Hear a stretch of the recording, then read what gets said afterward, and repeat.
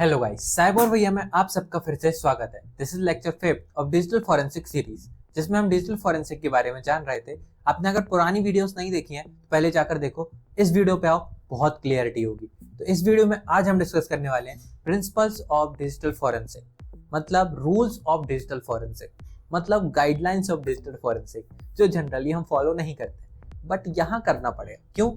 भाई ने बोला है करने का तो करने का। Let's start the video without wasting time, let's go.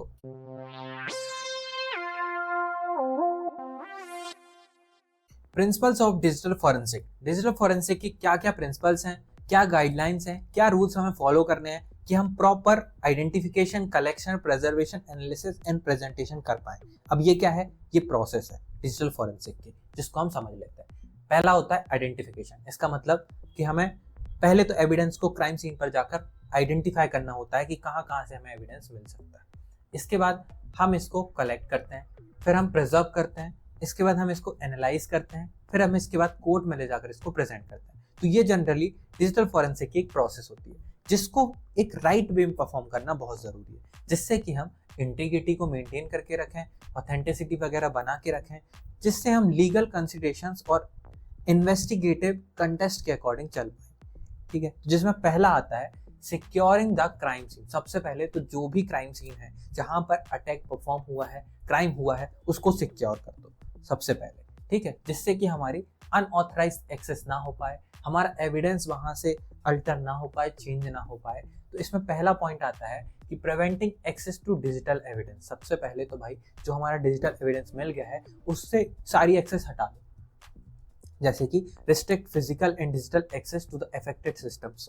Physical access भी, डिजिटल एक्सेस सब हटा दो। मतलब उससे कोई नेटवर्क से कोई कनेक्टेड है तो हटा दो, कोई फिजिकली उस पर वर्क कर रहा है, कुछ कर रहा है, उन सबको हटा दो, क्योंकि वहां से सबसे पहले तो हमें सिक्योर करना है।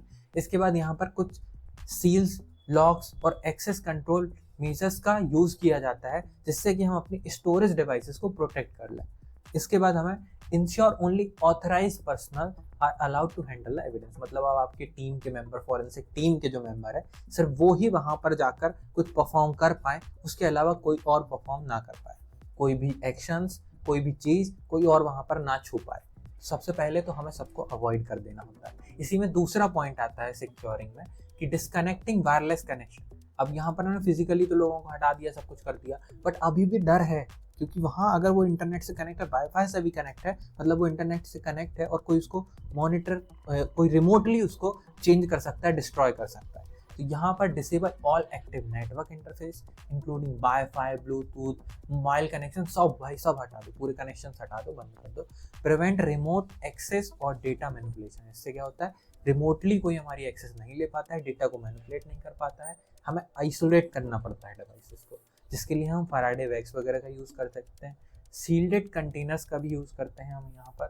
फैराडे वैक्स वगैरह में क्या होता है जनरली कि हमारी जो एक्सेस है, नेटवर्क की एक्सेस है, वो हट जाती है वहाँ से, जिसमें हमारा जो वायरलेसली कोई भी सिग्नल्स वगैरह या वायरलेसली कोई भी हमारी एक्सेस अगर लेना चाह रहे हैं तो उसको वो ब्लॉक करके रख देता है।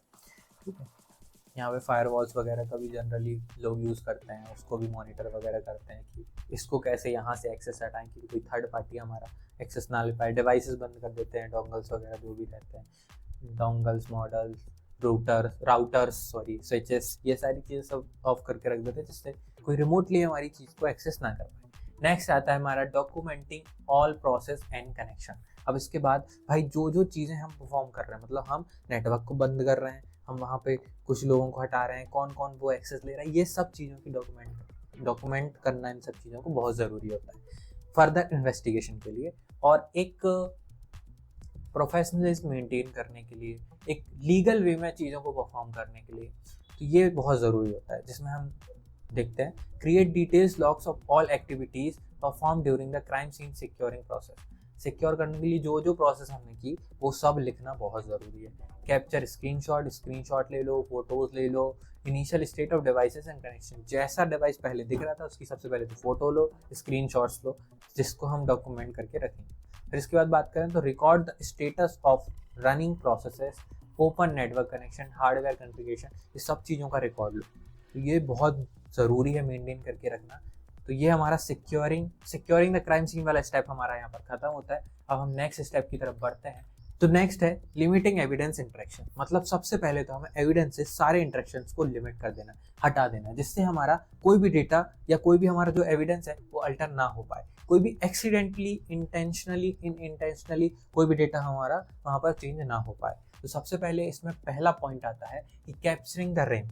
सबसे पहले तो रैम को कैप्चर कर लो। क्यों? क्योंकि रैम जो होती है वो वोलेटाइल मेमोरी होती है। वोलेटाइल मेमोरी मतलब कि जैसे ही आपने सिस्टम को शट डाउन किया ये पूरी क्लियर हो जाती है, इसका मतलब होता है वोलेटाइल मेमोरी। एक होती है नॉन वोलेटाइल मेमोरी, रोम वगैरह जो होती है वो जनरली हम जब डिवाइस को ऑफ कर देते हैं उसके बाद भी वो आ जाती है। बट रैम करेंट जो जो सॉफ्टवेयर चल रहे होते हैं वो रैम पे चल रहा होता है, तो जो भी चीज़ें हैं रैम हमारी उस टाइम तक रहेगी जब तक डिवाइस ऑन है। जैसे ही मैं इसको ऑफ कर दूंगा चली जाएगी, ये होता है वोलेटाइल।